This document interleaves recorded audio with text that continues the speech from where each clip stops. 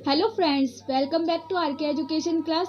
आज हम पढ़ेंगे तुलनात्मक राजनीति का नेचर, तुलनात्मक राजनीति के प्रकृति यानी nature of comparative politics. Friends, मैं इसका इंट्रोडक्शन पहले ही करवा चुकी हूँ और आपने ये वीडियो नहीं देखी है तो अब मैं इसका लिंक डिस्क्रिप्शन बॉक्स में डाल दूंगी, उसमें से आप वॉच कर सकते हैं। आज हम पढ़ेंगे नेचर ऑफ कंपैरेटिव पॉलिटिक्स। आज तुलनात्मक राजनीति एक स्वतंत्र विषय के रूप में अपना स्थान प्राप्त कर चुकी है। आज क्या तुलनात्मक राजनीति एक स्वतंत्र विषय के रूप में अपना स्थान प्राप्त कर चुकी है। प्राचीन काल में तुलनात्मक राजनीति का संबंध केवल विभिन्न सरकारों की तुलना मात्र से ही माना जाता था। अरस्तु ने वैज्ञानिक पद्धति का आरंभ करके तुलनात्मक अध्ययन को नई दिशा देने का प्रयास किया। उसके बाद हेरोडोटस ने भी तुलनात्मक राजनीति का विकास किया, लेकिन उनका अध्ययन केवल राजनीतिक संस्थाओं, उनके ढांचे, सरकारों तक ही सीमित रहा। उनका जो था वो सरकारों तक ही सीमित रहा। द्वितीय विश्व युद्ध के बाद तुलनात्मक राजनीति का प्रकृति में काफी बदलाव आया। जो तुलनात्मक राजनीति थी वो द्वितीय विश्व के युद्ध के बाद काफी बदलाव आया। अब इस राजनीतिक संस्थाओं के ढांचे एवं कार्यों के साथ साथ गैर राजनीतिक समुदायों तथा निजी संस्थाओं व उनके व्यवहार का भी अध्ययन आवश्यक हो गया। इसलिए आज तुलनात्मक राजनीति में केवल शासन के ढांचों का ही अध्ययन न करके बल्कि सभी राजनीतिक सिद्धांतों, आदर्शों तथा व्यवहारों का अध्ययन किया जाता है। इसलिए आज तुलनात्मक राजनीति की प्रकृति भी बदल चुकी है। की प्रकृति को लेकर विद्वानों में मतभेदों का उभरना भी स्वाभाविक ही है। तुलनात्मक राजनीति के प्राकृतिक संबंधित दो पद प्रचलित हैं। क्या है फ्रेंड्स, आज जो है तुलनात्मक राजनीति स्वतंत्र विषय के रूप में अपना स्थान प्राप्त कर चुकी है। प्राचीन काल में जो होता था तुलनात्मक राजनीति का संबंध केवल विभिन्न सरकारों की तुलना मात्र से ही माना जाता था कि उनसे ही पता चलता था। जब दो सरकारों की तुलना की जाती थी तभी पता चलता था तुलनात्मक राजनीति का।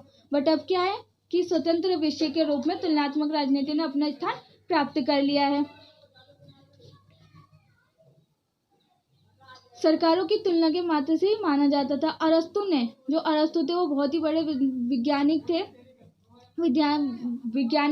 उन्होंने क्या किया कि अरस्तु ने वैज्ञानिक पद्धति का आरंभ करके तुलनात्मक अध्ययन को नई दिशा दी। उन्होंने क्या किया कि उन्होंने अध्ययन किया, आरंभ किया उसका तुलनात्मक राजनीति का, तो उन्होंने उसको एक नई दिशा प्रदान की। उसके बाद जो दूसरे वैज्ञानिक आए हेरोडोटस ने भी तुलनात्मक राजनीति का विकास किया। जो दूसरे आए हेरोडोटस, उन्होंने भी तुलनात्मक राजनीति का विकास किया, लेकिन उनका अध्ययन केवल राजनीतिक संस्थाओं, उनके ढांचे, सरकारों तक ही सीमित रहा। जो हेरोडोटस थे उनका अध्ययन केवल उनकी संस्थाओं, उनके ढांचे, सरकारों तक ही सीमित रहा। द्वितीय विश्व युद्ध के बाद तुलनात्मक राजनीति का प्रकृति में काफी बदलाव आया। जो द्वितीय विश्व हुआ उसके बाद तुलनात्मक राजनीति की प्रकृति में काफी बदलाव आया, कि बहुत ज्यादा बदलाव आया। अब इसमें राजनीतिक संस्थाओं के ढांचे व कार्यों के साथ साथ गैर राजनीतिक समुदाय तथा निजी संस्थाओं में उनके व्यवहारों का भी अध्ययन आवश्यक हो गया। जो द्वितीय विश्व युद्ध हुआ उसके बाद राजनीति में काफी बदलाव आया, जिससे क्या हुआ कि राजनीतिक संस्थाओं के ढांचे के अलावा गैर राजनीतिक निजी संस्थाओं में उनके व्यवहारों का भी अध्ययन आवश्यक हो गया। इसलिए आज तुलनात्मक राजनीति में केवल शासन के ढांचों का ही अध्ययन न करके बल्कि सभी राजनीतिक सिद्धांतों, आदर्शों तथा व्यवहारों का अध्ययन किया जाता है।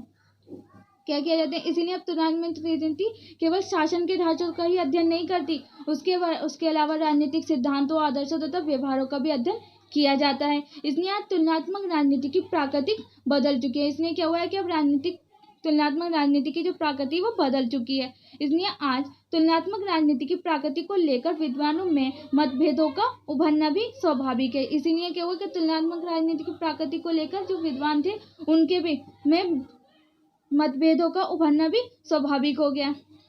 तुलनात्मक राजनीति की प्रकृति संबंधित दो मत प्रचलित हैं। फर्स्ट इज तुलनात्मक राजनीति का लंबात्मक या अनुलंबात्मक तुलनात्मक अध्ययन है।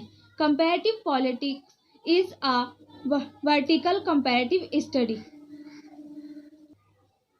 सेकेंड इज तुलनात्मक राजनीति एक अनुप्रस्थ या स्थैतिक तुलनात्मक अध्ययन है। Comparative politics is a horizontal comparative study. आज हम पढ़ेंगे तुलनात्मक राजनीति एक लंबात्मक या अनुलंबात्मक तुलनात्मक अध्ययन है। फर्स्ट पॉइंट इस धारणा के समर्थकों का मानना है कि तुलनात्मक राजनीति एक ही देश में विभिन्न स्तरों पर स्थापित सरकारों और उनको प्रभावित करने वाले राजनीतिक व्यवहारों का तुलनात्मक विश्लेषण का अध्ययन है। जो विभिन्न समर्थक है उनका मानना है कि जो तुलनात्मक राजनीति है वो एक ही देश में विभिन्न स्तर पर स्थापित सरकारों और इनको प्रभावित करने वाले राजनीतिक व्यवहारों का तुलनात्मक विश्लेषण का अध्ययन है। कि जो विभिन्न समर्थक है वो कहते हैं कि जो राजनीति है वो एक ही देश में जो विभिन्न प्रकार की हमारी सरकारें हैं और उनके जो प्रभावित करने वाले राजनीतिक व्यवहार है उनका ही तुलनात्मक विश्लेषण का अध्ययन है तुलनात्मक राजनीति। पॉइंट नंबर 2, इस विचारधारा को मानने वालों का कहना है कि जो तुलनात्मक राजनीति को मानते हैं उनका कहना है कि चूंकि क्षेत्रीय सरकारें अनेक होती हैं इसलिए राष्ट्रीय सरकारों की उनसे राजनीतिक प्रक्रियाओं तथा संस्थाओं के संदर्भ में तुलना करके उपयोगी निष्कर्ष निकाले जा सकते हैं। जो तुलनात्मक राजनीति के जो विभिन्न विचारक हैं वो इस विचारधारा को मानने वालों का कहना है कि जो तुलनात्मक राजनीति वो क्षेत्र सरकारें अलग होती हैं, इसलिए राष्ट्रीय सरकारों को उनसे राजनीतिक प्रक्रियाएं तथा संस्थाओं के संदर्भ में तुलना करके उपयोगी निष्कर्ष निकाले जा सकते हैं। कि जो राष्ट्रीय सरकारें हैं वो राजनीतिक प्रक्रिया संस्थाओं के संदर्भ में जो तुलनात्मक राजनीति उपयोगी निष्कर्ष निकाल सकती हैं। इसके अकॉर्डिंग वो तुलनात्मक राजनीति के उपयोगी निष्कर्ष निकाले जा सकते हैं। पॉइंट नंबर 3 इस धारणा के समर्थकों का कहना है, जो इस धारणा को समर्थन करते हैं उनका कहना है कि तुलनात्मक राजनीति क्योंकि जो तुलनात्मक राजनीति वो एक ही देश की विभिन्न सरकारों की अनुलंब तुलना है। क्या है इसका मानना है, कुछ का समर्थकों का कहना है कि जो तुलनात्मक राजनीति वो एक ही देश की विभिन्न सरकारों की अनुलंब जो विभिन्न सरकारें हैं उनका एक ही देश की जो विभिन्न सरकारें हैं उनका अनुलंब तुलना है, इसलिए वे एक ही देश की विभिन्न सरकारों की तुलना विभिन्न स्तर पर करने पर जोर देते हैं। इसलिए वो क्या करते हैं कि वो एक ही देश की विभिन्न सरकारों का अनुलंब तुलना है, इसलिए वे एक ही देश की विभिन्न सरकारों की तुलना विभिन्न स्तर पर करने पर जोर देते हैं। एक ही सरकार की जो विभिन्न तुलनाएं करनी है वो विभिन्न स्तर पर करने पर जोर देते हैं। लेकिन गहराई तुलनात्मक राजनीति की प्राकृतिक और क्षेत्र से देखा जाए तो उनकी यह तुलना सतही स्तर पर ही ठीक प्रतीत होती है। कि जब हम गहराई में जाते हैं, गहराई से देखते हैं तुलनात्मक राजनीति के प्राकृतिक और क्षेत्र को गहराई से देखा जाए तो क्या है कि जो तुलनात्मक राजनीति है वो उनकी जो तुलना सहित स्तर पर ही ठीक प्रतीत होती है। जो सतही है ना स्तर पर वो ठीक प्रतीत होती है। पॉइंट नंबर 4 अधिक व्यापक अध्ययन व विश्लेषण से राष्ट्रीय व प्रादेशिक सरकारों में समानताओं की बजाय असमानताएं अधिक दिखाई देती हैं। जो अधिक व्यापक अध्ययन है वो विश्लेषण से राष्ट्रीय व प्रादेशिक सरकारों में समानताओं की बजाय असमानताएं अधिक दिखाई देती हैं। जो समानताएं उससे ज़्यादा असमानताएं अधिक दिखाई देती हैं। फ्रेंड्स, उम्मीद है आपको मेरी वीडियो पसंद आ रही होगी। अगर मेरी वीडियो आपको पसंद आए तो मेरे चैनल को सब्सक्राइब करें ना भूलें। तुलना करने पर इसमें आर्थिक साधनों, नियमों व शक्ति की समानता ही प्रतीत होती है। तुलना करने पर इसमें क्या होती है, आर्थिक संसाधनों और नियमों व शक्ति की समानता ही प्रतीत होती है। लेकिन व्यवहार में राष्ट्रीय सरकार के पास आर्थिक साधन अधिक होते हैं। लेकिन जो व्यवहार है उसमें राष्ट्रीय सरकार के पास आर्थिक साधन अधिक होते हैं। जो आर्थिक साधन है वो अधिक होते हैं, इसलिए आर्थिक साधनों की समानता मात्रात्मक होती है, गुणात्मक नहीं। इसलिए क्या होती है, जो आर्थिक साधन है उनमें समानता जो है वो मात्रात्मक होती है, गुणात्मक नहीं होती। समानता तो होती है बट गुणात्मक नहीं होती। पॉइंट नंबर 6 इसी तरह नियमों में भी समानता की अपेक्षा असमानता ही अधिक होती है। इसी तरह जो नियम है उनमें भी समानता की अपेक्षा असमानता ही अधिक होती है, क्योंकि राष्ट्रीय सरकार के नियमों के पीछे शक्ति का तत्व प्रभावी रहता है। क्योंकि क्यों होता है ऐसा? कि राष्ट्रीय सरकार के नियमों के पीछे शक्ति का तत्व प्रभावी रहता है। जो शक्ति का तत्व है वो प्रभावित रहता है। राष्ट्रीय सरकार संप्रभु होने के नाते स्थानीय सरकार से अधिक शक्तिशाली होती है। जो राष्ट्रीय सरकार है वो संप्रभु होने के नाते स्थानीय सरकार से अधिक शक्तिशाली होती है। इसलिए राष्ट्रीय सरकार स्थानीय सरकार के नियमों में समानता की बजाय असमानता ही अधिक होती है। इसीलिए क्या होता है कि जो राष्ट्रीय सरकार है वो स्थानीय सरकार से अधिक शक्तिशाली होती है। इसी की वजह से जो राष्ट्रीय सरकार है वे स्थानीय सरकार के नियमों में समानता की बजाय असमानता ही अधिक होती है। पॉइंट नंबर 7, इसी प्रकार शक्ति के कारण राष्ट्रीय सरकार के पास उत्पीड़ना का तत्व होने के कारण वे स्थानीय सरकार से अधिक प्रभावशाली होती है। इस प्रकार इन तीनों समानताओं की अपेक्षा असमानता ही अधिक है।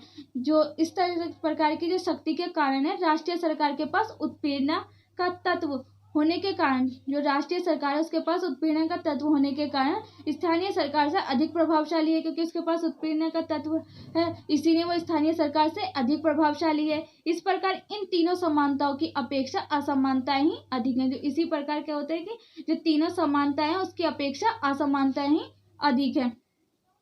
पॉइंट नंबर 8, राष्ट्रीय व स्थानीय सरकारों में पाई जाने वाली समानताएं सतही हैं। जो राष्ट्रीय सरकार व स्थानीय सरकारों में जो पाई जाने वाली समानताएं वो सतह ही हैं।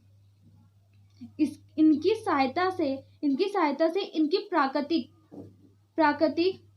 तो समझी जा सकती है। इनकी समान सहायता से इनकी प्राकृतिक तो समझी जा सकती है, लेकिन कोई सामान्यकरण नहीं निकाला जा सकता कि इनकी जो सहायता है, इनकी सहायता से, समानताओं की सहायता से हम इनकी प्राकृतिक को तो समझ सकते हैं, लेकिन कोई सामान्यकरण नहीं निकाल सकते, कोई नतीजा नहीं निकाल सकते हम। इनकी राष्ट्रीय व स्थानीय सरकारों में पाई जाने वाली समानताएं सतही हैं। इनकी सहायता से इनकी प्राकृतिक तो समझी जा सकती है, लेकिन कोई सामान्यकरण नहीं निकाला जा सकता। पॉइंट नंबर 9, यह लंबात्मक तुलना संस्थाओं के औपचारिक अध्ययन के लिए तो सहायक हो सकती हैं, लेकिन राजनीतिक व्यवहार की वास्तविकता का ज्ञान इससे नहीं हो सकता।